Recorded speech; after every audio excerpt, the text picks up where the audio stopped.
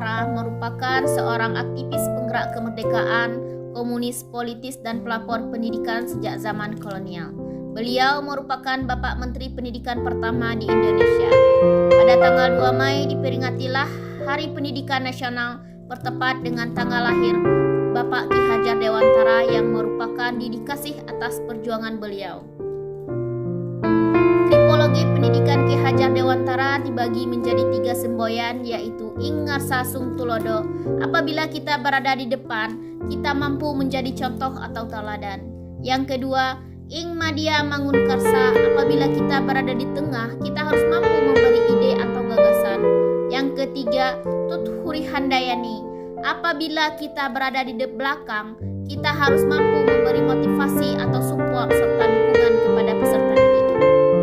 Filosofi pemikiran Ki Hajar Dewantara terbagi menjadi 3, yaitu pertama kodrat keadaan. Kodrat keadaan ini dibagi menjadi 2, yaitu kodrat alam. Kodrat alam di mana pendidikan harus sesuai dengan lingkungan tinggal dan kearifan lokal peserta didik. Yang kedua, kodrat zaman, yaitu pendidikan harus sesuai dengan perkembangan zaman dan mengikuti perkembangan zaman. Kedua, prinsip melakukan keadaan dibagi menjadi 3 azas. Pertama, azas trikon, di mana azas trikon merupakan pendidikan harus mampu bergerak maju, tidak boleh bertolak belakang pada akar dan nilai kebudayaan yang hakiki. Kemudian, azas kontinuitas, pendidikan harus mampu memperkuat nilai-nilai kemanusiaan, serta konsentris, pendidikan harus mampu menghargai keberagaman dan harus merdeka. Budi pekerti, yaitu keseimbangan antara cipta, rasa, dan karsa, di mana pendidikan haruslah bersifat holistik atau seimbang, sehingga pendidikan ini harus berfokus pada anak-anak agar menghasilkan anak yang berbudi pekerti, sehingga mampu mengantarkan anak pada kebijaksanaan. Implementasi pemahaman Ki Hajar Dewantara. Sebagai seorang guru, saya harus mendorong siswa saya agar mandiri sehingga mereka mampu berpikir secara kritis dan merdeka dalam proses pembelajaran. Materi yang saya ajarkan harus bervariatif mengaitkan dengan kehidupan nyata. Saya mengajarkan TIK agar mereka mampu mengikuti perkembangan zaman. Kemudian saya membentuk karakter budi pekerti anak sehingga menghasilkan anak yang bijaksana.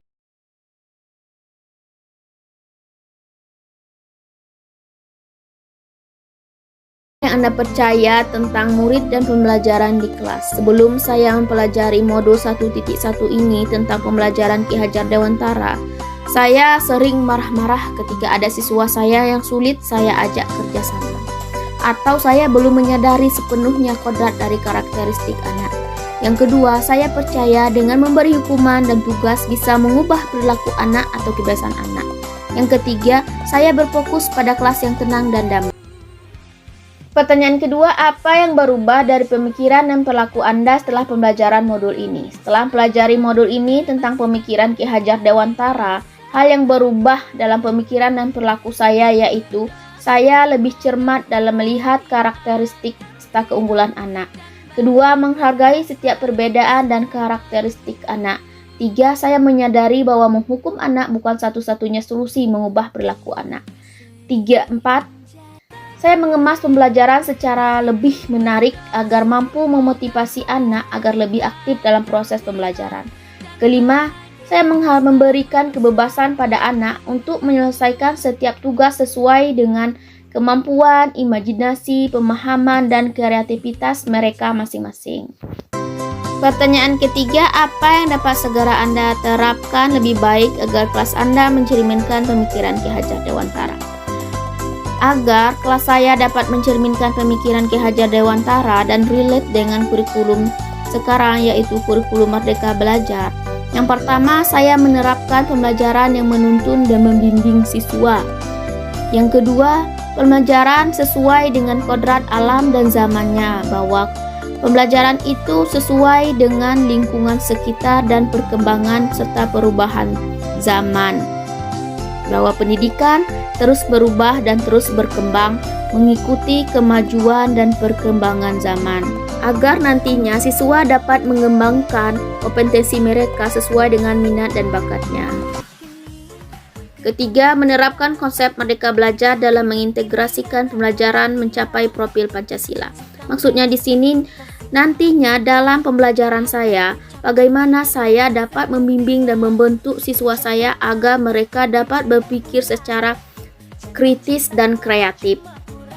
Keempat, menerapkan pembelajaran berbasis kearifan lokal dan budaya sekitar. Maksudnya di sini, bagaimana saya nantinya dalam proses pembelajaran mampu mengaitkan materi-materi saya sesuai dengan alam sekitar dan lingkungan sekitar. Kelima, berfokus pada budi pekerti anak. Maksudnya di sini nantinya saya akan juga mengembangkan atau membentuk budi pekerti anak agar anak tersebut mampu menghasilkan anak yang bijaksana dan bermoral.